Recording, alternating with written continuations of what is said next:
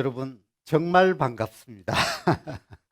아, 지난 시간에 제가 옛그림의 마음씨를 찾아서라는 제목으로 다정다감한 우리 옛그림의 세계에 대해서 이제 운을 뗐었는데요. 그 첫 번째 시간에는 우리 옛그림이 가지고 있는 성격 중에서 직설적으로 얘기를 하지 않고 이렇게 빙 둘러서 애둘러서 이야기하는 완곡어법을 가지고 있는 우리 옛그림의 세계에 대해서 설명을 해드렸습니다.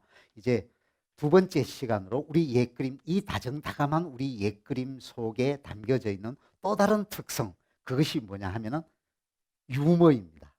유머. 유머 감각을 우리 옛그림을 통해서 선조들의 유머 감각을 한번 엿보려고 하는데요.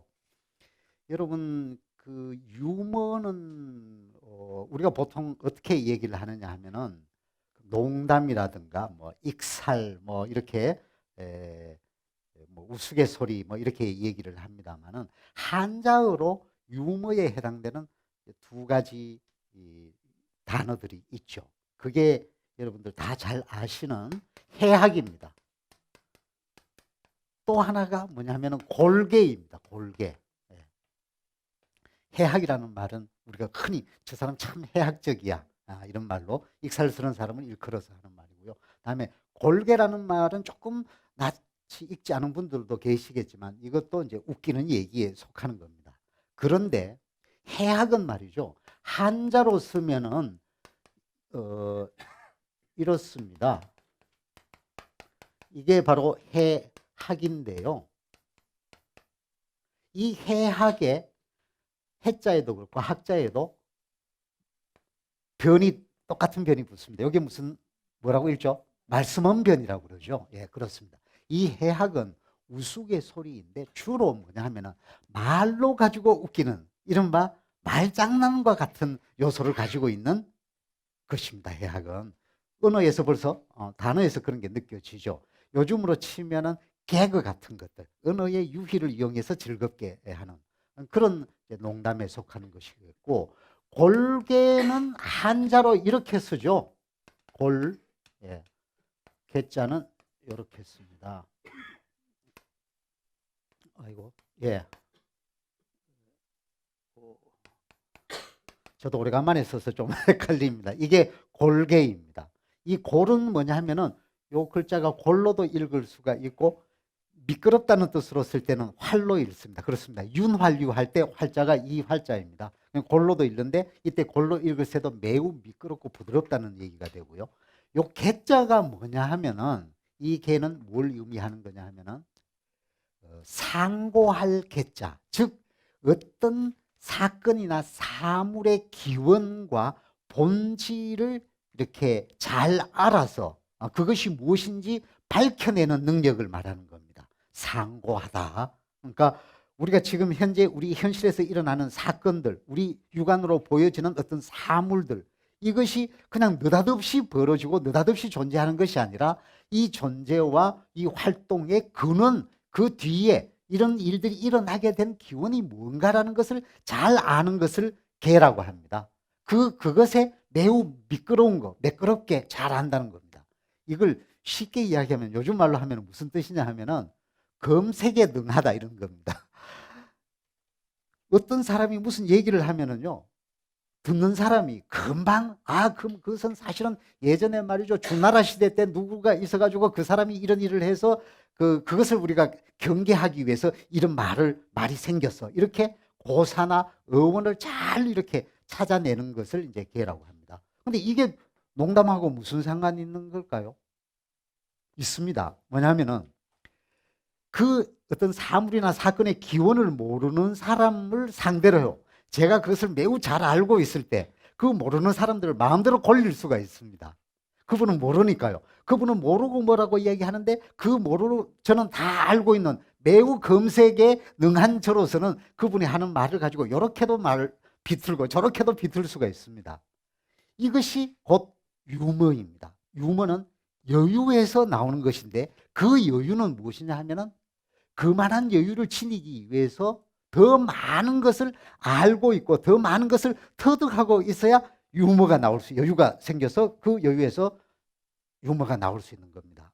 그래서 우리 옛그림의 유머라고, 익살이라고 할 때 유머는 뭐냐 하면은 어떤 사건과 사물의 기원을 매우 잘 알아서 그것의 이치를 꿰뚫고 있어서 어떤 일어나고 있는 사건이나 또는 존재하고 있는 사물을 빗대어서 이렇게도 비유할 줄 알고 저렇게도 비교할 줄 아는, 그렇게 자유자재한 어떤 사람들의 언어 구사 능력, 이런 그것을 골개, 즉 요즘 말로 하는 유머다 이겁니다. 우리 옛그림에서, 우리 옛그림은 그 익살, 즉 유머 감각이 얕지 않습니다.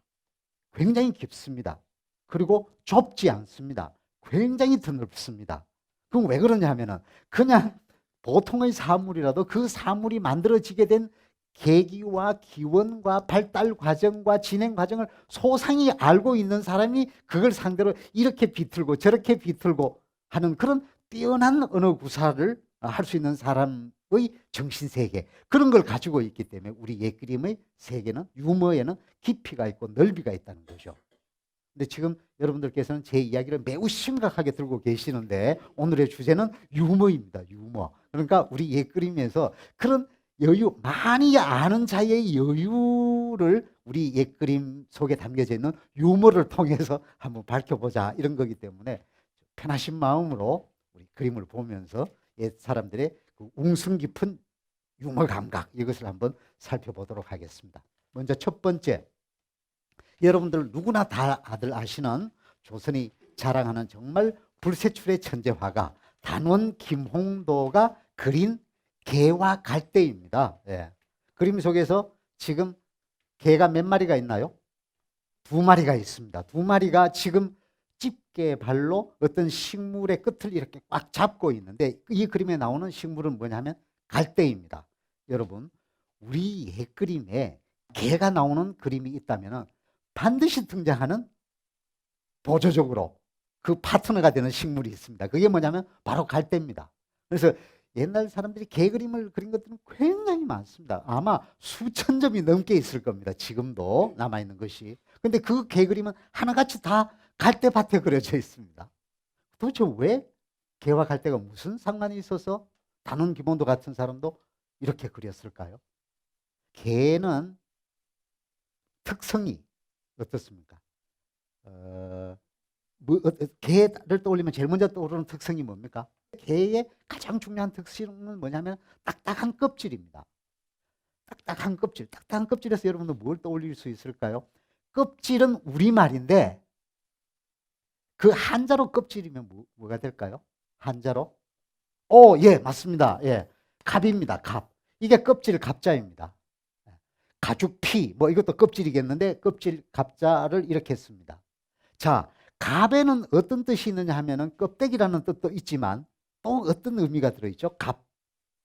요즘 우리 사회에서 문제가 되는 갑질 논란, 뭐 이런 것들, 그때 갑질의 갑이라는 것은 뭐냐면 지가 주인 노릇하려고 그러고 지가 높은 사람 노릇하려고 그러고 아래 사람 깔보는 거, 이런 거죠. 어쨌든 갑은 갑을 정 이렇게 이렇게 셈을 해 나갈 때 제일 먼저 나오는 겁니다. 그럼 갑이라는 것은 1등을 의미하는 것이죠. 그렇습니다.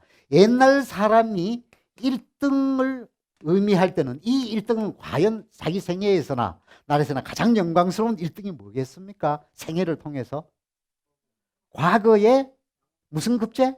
장원급제입니다. 그렇습니다. 갑에서 1등을 떠올리고 이 1등이 장원급제를 뜻하고 이 뜻을 가지고 있는 게 바로 뭐냐 하면은 개입니다. 개. 그리고 옛 그림에서 개가 나오면 아, 장원급제하라는 얘기구나, 이렇게 생각하시면 정확합니다. 그런데 이거 하나만 가지고도 단원이 개를 그려서 선물을 하면은 과거 시험 볼 사람한테 주면은 나보고 장원급제하라는 얘기겠구나, 이렇게 받아들일 수 있잖아요. 그런데 굳이 갈대를 왜 집어넣었을까요? 갈대도 의미가 있는 겁니다. 뭐냐면은 갈대는 한자로 어떻게 쓰나요? 이 풀초 밑에다가 이 여러분들 많이 쓰는 성시, 노시입니다. 이게 바로 로인데요. 이게 갈대노자입니다. 갈대노자. 갈대노자. 그래서 우리 옛 그림에서 갈대를 그리면은 갈대 노자를 떠올려야 되는데 갈대 노자를 떠올리게 만들어 놓고 실제로 갈대가 가지고 있는 뜻은 무엇이냐 하면 이 노자와 발음이 비슷한 다른 글자 하나를 찾게끔 합니다. 보는 사람으로 하여금 이 갈대 노자와 비슷한 발음 이런 자가 있습니다. 이렇게 쓰고 옆에 노자 쓰는 거. 이것은 우리말 발음으로는 뭐냐 하면 리어입니다. 리어. 요게 뭐죠? 이게 이제 홀로 쓸 때는 달 원리지만은 다른 글자와 붙어서 변으로 쓰일 때는 이것은 뭐라고 읽어야 되느냐 하면 고기육이라고 읽어야 됩니다. 그러니까 이 글자 리어에는 고기와 관련된 의미가 있을 겁니다. 이 글자에. 그래서 옛날 사람들이 갈대를 그릴 때는 이것을 뜻한다. 이것이 뭐냐 하면은 장원급제한 사람한테 임금이 칭찬하는 의미에서 내리는 음식입니다. 고기 음식. 그래서 갈대를 그리게 되면 장원급제한 사람이 받는 음식을 떠올리게 되는 거죠. 그런데 지금 그림 속에서 두 마리 개가 갈대를 집게로 이렇게 꽉 잡고 있죠. 그 갈대를 붙들고 와서 누구한테 전하려고 한다. 그래서 개와 갈대를 그린 그림을 통칭해서 뭐라고 부르느냐 하면은 전할 전자에다가 이려자를 써서 전려도 이렇게 부르기도 합니다. 전려도. 예. 그는 이거 이 리어를 전한다는 얘기인데 전려도를 할 때 전려가 되면 그게 무슨 뜻이냐면 임금이 과거에 급제한 사람들의 이름을 불러주는 겁니다. 그게 전려입니다. 예. 자, 이것이 바로 전려도입니다. 과거에 급제한 사람을 칭송하기 위해서 이 임금이 그 급제한 사람의 이름을 다 호명해 주는 것. 이것이 바로 전려입니다. 자, 개와 갈대 그림은 자, 옛날 사람들이 화가들이 그려서 누구한테 줬다면 그 그림을 받은 사람은 금방 압니다. 아, 내가 곧 과거 시험을 보러 갈 테니까 과거에 급제를 해서 장원으로 급제를 하고 다음에 그 장원의 급제의 영광을 입어서 임금을 아련하고 나서 임금이 직접 나의 아름다운 방명, 아름다운 이름을 불러주면 그 얼마나 큰 영광이겠습니까? 그 은혜를 입으라는 뜻으로 옛날 화가들이 개와 갈대 그림을 그려서 과거 보러 가는 사람한테 전한 겁니다. 그런데 여기에 무슨 유머가 있나요? 있습니다. 뭐가 있냐면은 다른 기몽들은 개와 갈대 그림을 그려놓고 옆에다가 뭐라고 써놨습니다. 뭐라고 썼느냐 하면은 해룡왕처야 횡행 하고 단원 여기서 자기 호를 썼는데요. 해석을 하면 이렇습니다. 바다에 용왕이 계신 곳에서도 나는 옆걸음 친다네. 아니 개 같은 그런 한갓 미물이 저 바다에 용궁에 들어가서 용왕이 있는 앞에서도 다른 사람은 전부 다 임금 앞에 인사로 쪽발려서 이렇게 국궁을 하고 절을 하는데 이 개란 놈은 용왕을 뵈러 와서도 용왕이 저기 있는데도 옆걸음 치는 거예요. 이 말은 뭐냐 하면은 단원이 이 그림을 그려줘서 이 그림을 받은 사람이 설혹 장원급제에 대해서 중요한 나라의 인재로 쓰임새를 받아서 중요한 요직을 차지하더라도 네가 임금 앞에서 결코 예스맨은 되지 마라. 임금이 아무리 지체 높은 분이 말하자면은 뭐 은명을 내리고 그것도 사리에 맞지 않고 국리민복을 해치는 발언이라면은 네가 그 신분에 직을 걸고 나는 노라고 해라. 모두가 예스 할 때 네는 노가 되는 노라고 할 수 있는 그런 벼슬아치를 지내라. 이런 뜻으로 이 말을 써놓은 겁니다. 예. 그러니까 이제 갈대와 개 그림은 장원급제를 빌어주는 그림인데 장원급제한 이후에 벼슬살이를 할 때 이렇게 해라라는 주문까지 단원 써놓은 거죠. 그죠? 예. 다음에 단원이 또 다른 하나의 개와 갈대 그림을 그렸는데 요거는 앞에 그림과 어떻게 다른지 한번 보도록 하겠습니다. 자료를 잘 보시면은 개들이 지금 역시 그 갈대 연한 먹으로 그린 갈대를 이렇게 붙들고 있는 그림입니다. 자, 여러분 자세히 보시면은 이 그림에 개가 지금 몇 마리 그려져 있습니까? 보이시나요? 예, 3마리. 역시 눈썰미가 있으십니다. 2마리는 등딱지가 분명하게 보이는데 1마리는 등이 아니라 배를 보이고 있습니다. 예. 그래서 잘 눈에 안 띌 수가 있는데 3마리를 그렸습니다. 여러분, 개와 갈대 그림은 반드시 거기에 등장하는 개를 2마리만 그래야 됩니다. 왜 그럴까요? 소가와 대가에 연이어서 급제하라 하기 때문에 두 마리를 그려주는 겁니다. 그런데 이 그림에 지금 몇 마리라고 했죠? 세 마리입니다. 그럼 이건 단원이 왜 세 마리를 그렸을까? 이건 과유불급입니다. 넘쳐서 미치지 못하는 것과 똑같은 것입니다. 소가 대가에 뭐 나란히 뭐 연이어서 급제하라는 뜻이 되는데 왜 세 마리까지 그려서 계속 시험만 보게 만드느냐 이 말이죠. 자, 여기에 유머가 있는 겁니다. 왜 세 마리를 그렸을까? 이 그림 속에는 단원이 뭐라고 써놨냐 하면은 위유로 신행 찬수 사정 단원이라고 썼는데 해석을 하면 이렇습니다. 유시성을 가진 노인께서 과거 보러 먼 길을 가실 때 반찬거리로 끓여 드시라고 그려서 드립니다. 아시겠습니까? 여기에 두 가지 희비극이 들어있습니다. 먼저 첫째, 반찬거리로 끓여 드시라. 과거 길 정말 멉니다. 여러분 이 청송에서 과거 보러 가기 위해서 저 어느 포위처사가 한양까지 가려면 어떻겠습니까? 영남대로 저 문경 세제를 넘어서 과천부터 기기 시작해서 한양에 가서 시험을 봅니다. 그죠? 예. 시험을 보는데 그 먼 길을 가야 된다면은 가다가 얼마나 배도 고프고 힘도 들겠습니까? 그죠? 그렇게 가다가 힘들면은 내가 그려드린 과거 급제를 기원하는 이 개그림을 끄집어내서 두 마리보다는 세 마리가 반찬하시기에 좋으니까 꽃게탕을 끓여 드시건 아니면 시간이 남으면 간장게장해서 드십시오. 이런 얘기를 지금 단원이 이 그림을 받을 사람한테 농담을 하고 있는 겁니다. 개와 갈대에 얽혀있는 이 그림에서 단원은 몇 가지 재미있는 농담을 우리한테 던지고 있습니다.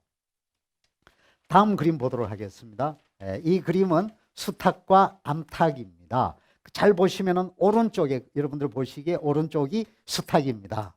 그다음에 왼쪽이 암탉입니다.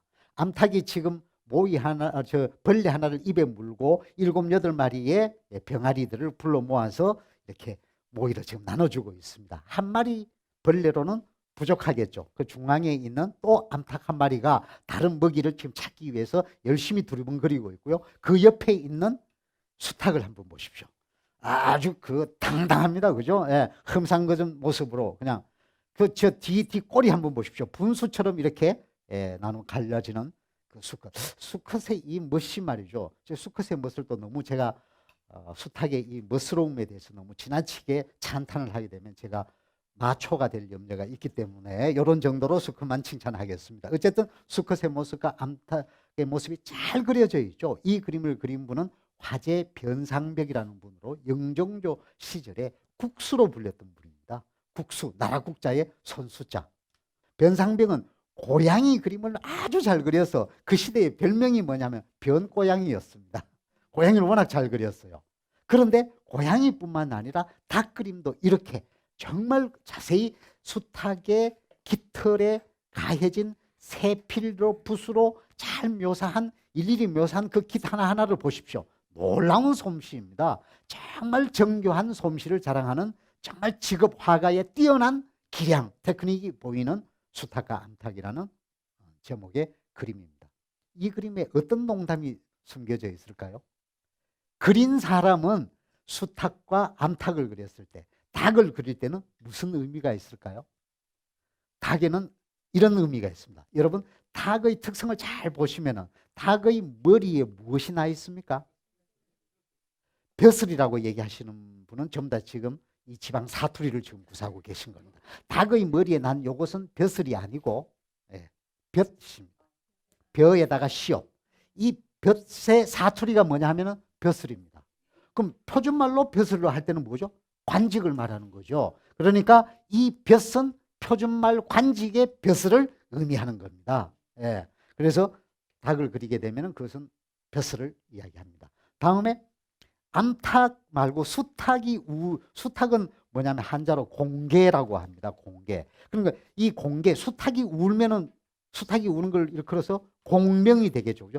수탉이 운다, 울명자를 쓸 수 있습니다. 근데 이 공명이라는 한자와 똑같은 발음이 나는 공명이 있는데 그때 공명은 뭐냐면은 무슨 뜻이냐면은 큰 공을 세워서 이름을 남기다라는 뜻이 되죠. 바로 수탉이 우는 그림을 그리게 되면은 높은 벼슬에 올라서 큰 공적을 쌓아서 나라의 이름이 널리 전해지거라 라는 그런 기원을 담는 뜻이 되는 것이죠. 그런데 이 그림이 여기에 해학이 들어있고 유머가 들어있는 이유는 뭐냐면 그림을 보고 나서 적어놓은 후배 화가의 감상평입니다. 왼쪽 위에 뭐라고 써놨냐 하면은 후배 화가 중에 마군후라는 화가가 있었는데 이 화가도 이 토끼라든가 이런 동물 그림을 잘 그린 분이에요. 이 수탉하고 암탉을 딱 이렇게 보고 나서 뭐 공명을 세워라 높은 벼슬로 올라가라 하는 그 닭이 가지고 있는 닭 그림이 가지고 있는 의미하고는 아무 상관없이 자기 느낌을 써놨는데 뭐라고 썼는지 이 위에 써놓은 이 글을 제가 해석을 해보겠습니다. 흰 털의 검은 뼈는 무리들 가운데 단연 돋보이는구나. 기질이 비록 남다르나 오덕은 남아있네. 내가 듣건대 묘약을 끓이려면은 묘약을 지으려면은 네가 인삼과 함께 들어가 줘야 큰 공헌을 남긴다고 할 수 있겠지 이렇게 써놨습니다. 즉 닭에는 5가지 덕이 있습니다. 오덕이 있다고 그랬습니다. 닭이 가지고 있는 5가지 덕이 뭔지 아십니까? 대단한 겁니다. 닭은 첫째 머리에 무엇이 있다고 했죠? 네, 벼슬이 아닙니다. 벼슬이 있으니까 이놈이 벼슬 자리에 올라가니까 벼슬 자리에 오르는 선비들 치고 글을 읽을 줄 모르는 사람이 있겠습니까? 그죠? 그래서 닭의 첫 번째 덕이 뭐냐면은 글을 문입니다. 글을 읽을 줄 아니까. 다음에 닭에는 발톱이 있는데 이 발톱이 굉장히 날카롭습니다. 그래서 지금 굉장히 날카로운 거니까 이 사람은 무사적 기질을 가지고 있을 것이다. 두 번째 무입니다. 세 번째 닭이 싸움을 할 때를 보십시오. 매우 용감합니다. 닭 싸움이라는 말까지 있죠. 그죠? 그래서 닭이 가지고 있는 세 번째 덕목이 뭐냐 하면은 날랠 용입니다. 용감하다는 거죠. 다음에 닭은 모기를 주면 자기 혼자 먹지를 않습니다. 다 불러서 새끼하고 고양이와 저기 병아리와 같이 모기를 먹죠. 그래서 어질인 닭의 네 번째 덕목입니다. 마지막 닭의 덕목이 뭐냐면은 새벽이 되면은 누가 시키지 않았는데 수탉이 울죠. 그러니까 닭이 울면은 새벽이 왔다는 걸 알죠. 그래서 믿을 신입니다. 믿음. 무용인신 이것이 닭이 가지고 있는 5가지 덕목입니다. 그래서 오덕을 가진 존재인데 이 오덕을 가지고 있지만은 이 오덕을 뛰어넘어서 인간들한테 큰 공을 세우려면 네가 끓는 물에 인삼과 함께 같이 들어가는 것밖에 없다. 즉 삼계탕이 되었을 때 비로소 너의 공이 돋보이는 것이다. 이런 표현을 써놓았습니다. 그래서 이건 화가가 그런 유머를 구사하는 것이 아니라 보는 감상자가 그런 재미있는 시각을 가지고 이 그림을 평가를 한 것이라고 할 수 있죠. 자, 다음 꽃과 벌레 그림을 보도록 하겠습니다. 이 그림은 현재 심사정이라는 직업 화가가 아니고 문인 화가, 그러니까 사대부 번듯한 문인 집안에 태어나서 그림에 뛰어난 기량을 가지고 직업적으로 그림을 그리지 않았지만 직업적인 그림을 그리는 화원 화가의 세계보다 더 웅숭 깊은 세계를 표현하는 데 능수능란했던 분, 바로 현재 심사정이라는 화가가 그린 작품인데요. 이분이 그린 그림 속에 지금 나오는 꽃이 있습니다. 꽃이 무슨 꽃이겠습니까? 이 그림은 제목에도 나와 있다시피 봉접귀비, 즉 양귀비입니다. 봉은 이 그림 속에서 뭘 말하는 거죠? 봉? 네, 벌을 말하는 겁니다. 접은 그러면 뭘까요? 나비입니다. 벌과 나비와 양귀비를 소재로 해서 그린 풀벌레 그리고 꽃그림입니다. 자, 이 그림이 재미있는 것은 말이죠. 원래 옛 그림에서 이 양귀비를 그리게 되면은 그 의미는 뭐냐면 옛날 사람들이 많아서 좋은 건 뭐였을까요? 자식입니다. 그렇습니다. 재물 아닙니다. 권력 아닙니다. 많아서 좋은 것은 자식이었습니다. 다산을 의미합니다. 양귀비를 그리게 되면은 다산을 의미하는 겁니다. 예. 자, 다음에 그 나비를 그리게 되면 무슨 의미일까요? 나비. 나비는 한자로 이렇게 씁니다. 나비접입니다. 접. 이 나비접자하고 발음이 이렇게 비슷한 글자 하나를 떠올리면 그게 나비를 그린 뜻이 되는데요. 이것하고 발음이 비슷한 자가 뭐냐 하면은 이런 글자가 있습니다. 늙을 노자 밑에 치자를 쓰는데 요거 발음이 질입니다. 질. 접과 질은 비슷하다. 아, 이거 별로 비슷한 발음이 아닌데 생각하죠. 그런데 발음이 사실은 같습니다. 왜냐? 한자는 어느 나라 말입니까? 중국말로 이거 발음 어떻게 하죠? 나비? 띠에입니다. 띠에. 예, 띠에. 중국말로 이 질 발음을 어떻게 하죠? 띠에입니다. 그러니까 이것은 서로 발음이 같은 겁니다. 사실은. 그런데 요거는 나비고 요 질은 무슨 의미냐 하면은 80노인이라는 뜻입니다.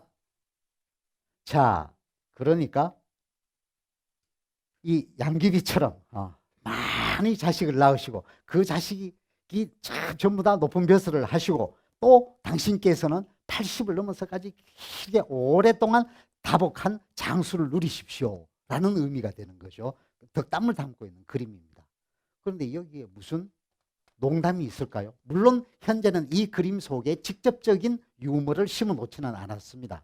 그러나 그 그림을 바라보는 감상자의 마음이 천차만별인지라 이런 그림을 속에서도 유머를 발견하는 뛰어난 안목을 지니고 있는 감상자가 있게 마련입니다. 가령 저 세종조 때 집현전 학사를 지낸 손조서라는 분은 이렇게 벌나비에 날아드는 이 꽃들을 보면서 이런 시를 읊었습니다.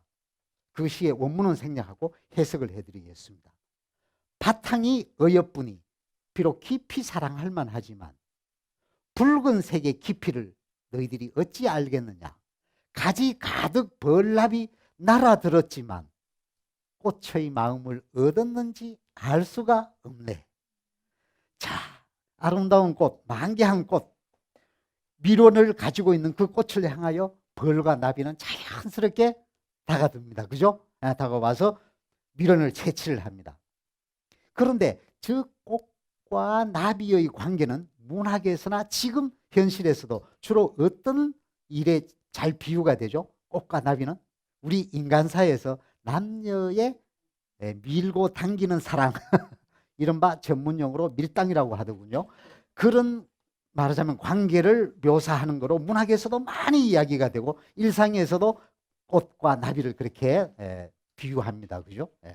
자, 남녀의 사랑. 그러니까 격제손조서의 그런 시는 말하자면은 그 여성의 마음을 얻고자 하는 남자들의 정말 지극한 마음, 그 마음이 있지만은 실제로 꽃의 마음을 얻었는지는 너희들이 늘 꽃 주변을 배회하고 방해하기는 하지만 정말 꽃에 웃음 한 번이라도 제대로 꽃의 마음을 얻었는지 참 알 수가 없다. 이렇게 인간 사이의 남녀 사랑으로까지 이렇게 유추 해석할 수 있는 그런 시를 남겼습니다. 자, 정말 뭐 한 인간의 생애를 축복하기 위해서 다복과 장수를 이야기하는 그런 봉적기비라는 작품이지만 이 작품을 보고서도 옛 문인들은 이런 작품을 가지고도 이렇게 재미난 상상력을 발휘해가지고 그림을 그린 작가의 의도를 넘어서는 완전한 자기만의 감상과 자기만의 안목을 가지고 그 그림의 바깥 세상까지 향유하는 것, 이것이 바로 우리가 옛 그림을 보는 가장 큰 즐거움이라고 할 수 있습니다. 화가가 생각하지 못한 것까지 발견하는 것, 이것은 감상자의 특권이기도 하고 감상을 통해서 누릴 수 있는 엄청난 큰 행복이기도 한 거죠. 자, 다음 작품 하나를 더 보도록 하겠습니다. 무슨 작품을 보느냐 하면은 김희겸이라는 18세기 화가가 그린 석천한유라는 작품입니다. 석천한유. 석천한유라는 이 제목의 뜻은 뭐냐면 석천이라는 호를 가지고 있는 전일상이라는 분이 한가롭게 논이는 그림이라는 뜻이죠. 김희겸은 18세기의 화원화가입니다. 직업화가였습니다. 궁중에 소속이 돼서 초상화도 그리고 산수화도 그리고 하는 굉장히 기술적으로 뛰어난 기량을 보여주는 화가였는데 그 화가가 이 그림의 주인공 누마르에 앉아있는 저 사내, 즉 석천 전일상이 여름날 어떻게 한가롭게 논이는가라는 것을 매우 풍속화적 시각으로 그려낸 명작입니다. 석천 한유. 이 그림의 주인공인 석천, 즉 전일상은 어떤 사람이냐? 5대에 걸친 무반의 집안 출신입니다. 여러분, 우리 옛그림의 선비나 주인공 남자들이 나오면 그 사람들은 신분이 대부분 뭐냐면 문인이기가 쉽습니다. 무인의 생활을 소재로 해서 그린 그림은 매우 드뭅니다. 왜냐하면 문무가 똑같이 대접받은 게 아니거든요. 예. 문인을 훨씬 더 숭상하는 그런 풍토가 조선의 정치, 사회, 문화의 그 뿌리 깊은 전통이었기 때문에 무인의 삶은 그렇게 주목을 받지 못했습니다. 그런데 이 작품은 무인의 삶을 그린 매우 독특한 작품입니다. 그래서 이 그림은 굉장히 높은 평가를 받습니다. 아닌 게 아니라 이 그림이 얼마 전 수년 전에 방송국의 어느 프로그램에 나와서 이 그림의 가격을 감정한 적이 있었습니다. 그런데 그때 그 프로그램 사상 최고의 금액을 기록을 했습니다. 이 길이가 1m가 조금, 세로 1m가 조금 넘는 크기의 그림인데요. 이 그림이 여러분 얼마의 감정가를 받았을 것 같습니까? 기억하시는 분 없습니까? 15억을 받았습니다. 역시 금액이 돈 얘기가 나오니까 탄성이 나오는군요. 네. 자, 15억짜리 그림인데 이 15억이라는 높은 평가를 받을 수 있었던 이유가 뭐냐면 이 그림 속에는 미술사적으로 측면에서 보면 초상화 기법의 주인공과 나머지 풍속화 기법의 엑스트라가 공존하고 있는 형식입니다. 예. 주인공 석천 전일상은 초상화 기법으로 이분의 초상화가 남아 있습니다. 누가 그렸느냐? 역시 이 그림을 그린 김희겸이라는 화원이 그렸는데 그 김희겸이 그린 석천의 초상화와 김희겸이 그린 석천 한유에 나오는 석천의 얼굴 모습이 똑같습니다. 그래서 초상하고 나머지 나오는 저 여성들이나 뭐 저기 그 몸종들의 모습은 풍속화의 주인공처럼 인물화를 그렇게 그려놓았습니다. 그리고 무엇보다도 이 그림의 주인공이 실존 인물이라는 것, 실제로 살았던 인물을 소재로 그렸다는 것, 이것이 굉장히 중요한 가격 감정의 기준입니다. 자, 이 그림은 무엇이 재미있느냐?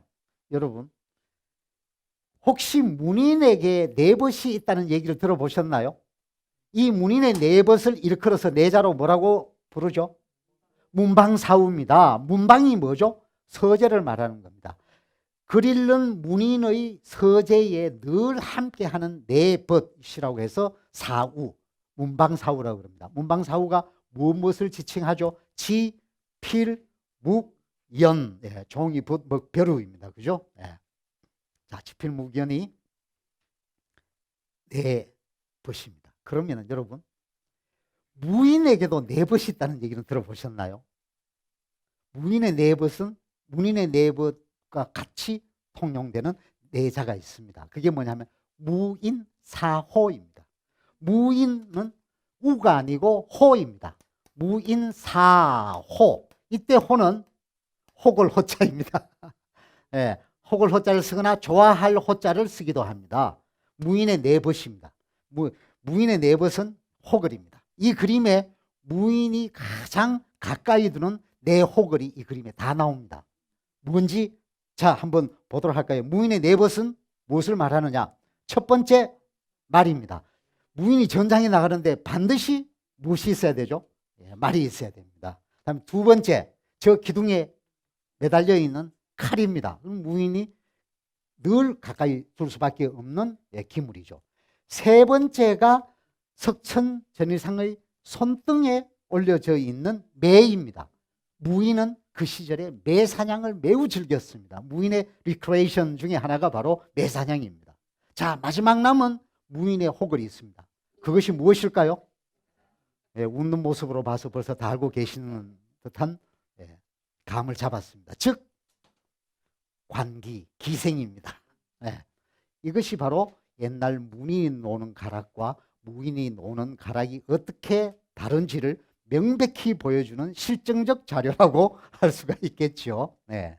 그래서 이 화가는 무인이 호쾌한 그 호걸들을 그림 속에 다 등장시켰을 뿐만 아니라 자세히 보시면은 이 전일상의 무릎 앞에 무엇이 다 채곡채곡 배치가 되어 있는데 자세히 보시면 거기에 뭐가 있습니까? 문방사우가 같이 있습니다. 자, 왜 무인한테 사호뿐만 아니라 문인의 내부까지 다 같이 놔두었을까요? 그렇게 그렸을까요? 즉 석천전일상은 문무를 겸비한 존재라는 것을 은근히 과시하는 겁니다. 이 그림이. 그래서 이 그림은 그런 점에서도 매우 독특한 양식이자 이 그림 속에 담겨져 있는 소도구들이 가지는 그런 인문적 어떤 그런 말하자면 그 재미라고 할까요? 그런 것까지 함께 포용하고 있는 재미있는 작품이라고 할 수 있겠습니다. 이제 마지막 작품 하나를 봐야 되는데요. 우리 옛그림이 가지고 있는 그런 유머 감각 중에 또 이런 독특한 소재에 의해서 발생하는 유머들도 있습니다. 자, 이 그림을 그린 분은 누구냐 하면 조영석이라는 분입니다. 조영석은 문인 출신의 화가로서 조선에서 추앙받는 3명의 존재가 있는데 문인 화가, 직업적인 화가가 아니고 문인 화가로서 많은 분들이 추앙하는 3사람인데 그 사람들을 일컬어서 삼재라고 부릅니다. 즉 호의 집재자가 들어가는 3명의 화가가 있습니다. 우리가 다 잘 아는 산수화의 진경산수화의 대가 겸재정선, 그리고 그 겸재정선의 제자인 아까 본 봉적귀비를 그린 현재심사정, 그리고 이 작품을 그린 관아제 조영석입니다. 관아제 조영석은 벼슬은 그렇게 높은 벼슬을 하지 않았습니다. 그냥 고을원님 정도를 지내신 분인데 이분이 그림을 너무나 잘 그렸습니다. 직업 화가가 아니면서도. 그래서 임금의 용안을 그리는, 즉 어진을 그리는 일에도 직업 화가가 아니라 이 선비 문인 화가로서 거기에 가기도 했는데 임금이 어느 날은 어진을 그리기 위해서 그림 잘 그린다는 선민 조영석을 불렀습니다. 그런데 조영석이 나 못 가 해버렸습니다. 한마디로 어명을 거절해버렸습니다.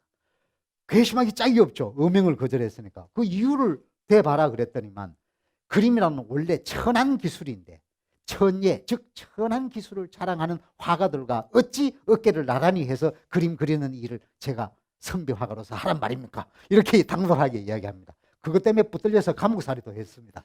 어진 안 그리겠다고. 물론 이제 나중에는 다시 어진을 그리는 것에 동참을 하게 됩니다. 감옥살이 한번 해보고 나면은 마음이 바뀌는 거죠. 예. 무조건 옆걸음만 치면 안 됩니다. 예. 그래서 어떻게 하느냐 하면은 하기는 한다 해놔놓고 뭘 맡느냐 하면은 그 직업 화가들, 화원들이 어진을 그리는 일에 감독을 맡았습니다. 감동. 예. 이제 선비 화가로서 자기는 직접 붓을 두고 그리지는 않았지만은 화가들이 그린 것을 감독하는 그런 역할은 했었습니다. 정말 선비로서의 자존심도 강하고 또한 그림을 그려내는 출중한 기술적 능력까지 같이 가지고 있었습니다. 여러분 이 그림에서도 보시다시피 인물화 쉽게 그리는 게 아니거든요. 예.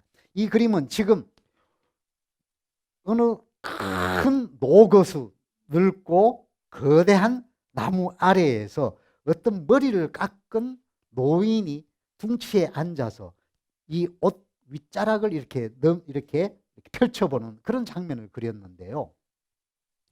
이분이 어떤 분이겠습니까? 신분이?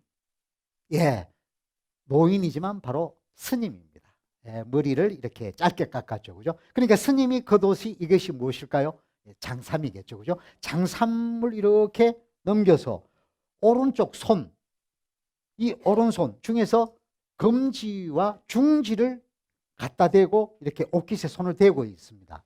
이게 무슨 장면을 그린 걸까요? 자세히 보시기 위해서 이 부분을 확대를 해서 그 부분만 보도록 하겠습니다. 자, 지금 이분의 스님의 표정을 한번 보십시오. 시선을 보면은 눈동자가 오른쪽으로 잔뜩 쏠렸습니다. 그리고 코는 지금 벌렁벌렁하기 일보 직전입니다. 입은 어떤가요? 실룩셀룩합니다. 얼마나 정신을 집중을 해서 온 신경을 다 기울여서 자기 엄지와 검지를 갖다 대고 있는 이 옷깃에다가 정신을 집중하고 있는 표정입니다. 무슨 일이 있었을까요? 옷깃에? 그렇습니다. 그 벌레가 뭐냐 하면은 이입니다. 이. 이를 아시나요? 아, 이를 아시는 분이군요. 자, 그 이를 잡기 위해서 이 지금 손을 이렇게 갖다 대는 겁니다. 아니, 이를 잡으려면은 여러분 엄지와 검지를 이용해서 이렇게 잡는 게 옳겠죠. 그런데 이분이 신분이 스님입니다. 엄지와 검지로 이를 잡으면 어떤 일이 벌어지느냐 하면 엄지의 무게에 의해서 이가 죽어버릴지 모릅니다. 미물이라도 함부로 살생하지 말아야 하는 스님은 이가 죽을까 봐 걱정이 돼서 어떻게 하느냐면 검지와 중지를 가지고 이쪽을 대서 살살 털어내고 있는 중입니다. 이를 잡는 것이 아니라 이를 털어내는 스님의 모습을 포착한 선비화가 조영석의 눈썰미, 놀랍습니다. 이런 인물을 그린 분입니다. 이런 분이 단원과 나중에 해원이 풍속화를 그리게 되는 후대 화가들의 초석을 닦은 분입니다. 이런 그림 속에서 인물하지만 약간의 풍속화적 기운이 느껴지죠. 예, 공제 윤두서와 더불어서 관아제 조영석은 우리의 초상 풍속화의 기초를 닦았던 분입니다. 자, 그분이 지금 이를 잡고 있는 스님, 즉 털어내는 스님을 이렇게 그렸습니다. 이 그림을 그려놓고 관아제는 옆에 종이 하나에다가 이 그림의 의미를 글로 써놓은 게 있습니다. 거기에 뭐라고 써놨냐 하면은 여름날 큰 나무 아래에서 이를 털어내는 스님은 선의 산매에 빠져서 염불을 하는 것과 마찬가지다. 이 말은 뭐냐 하면은 이를 털어낸다는 것이 선의 산매에 빠져서 염불하는 거나 마찬가지다. 이것은 잡아서는 안 되고 살생을 금하는 부처의 법을 지키기 위해서 이를 털어내는 이것도 정말 산매경에 빠지는 것과 똑같은 것이다. 그렇게 써놨습니다. 그 말 뜻도 벌써 유머가 있는 건데요. 제가 이를 털어내는, 이를 잡는 이 노승과 관련된 조선시대 재미있는 에피소드가 없을까 싶어서 책을 다 뒤졌습니다. 책을 다 뒤졌는데 여전히 우리 조선시대에는 스님과 관련된 일화들, 이런 일화들 말이죠. 잘 없었습니다. 왜냐하면 조선시대에는 스님이 제대로 대접을 못 받는 세상이었죠. 그죠? 맞습니다. 그래서 그러다 보니까 이제 그 스님은 주로 이제 호국불교, 즉 나라를 지키는 그런 그것에만 이제 나오고 사명당이나 뭐 서산대사 이런 분들이 다 그런 의병과 관련된 이런 얘기들이지 않습니까? 그죠? 이를 잡는, 이를 털어내는 그 작은 미물에 대해서도 말하자면은 그 부처의 관대함을 보여주는 그런 일화에 관련된 스님 얘기가 하나도 없어요.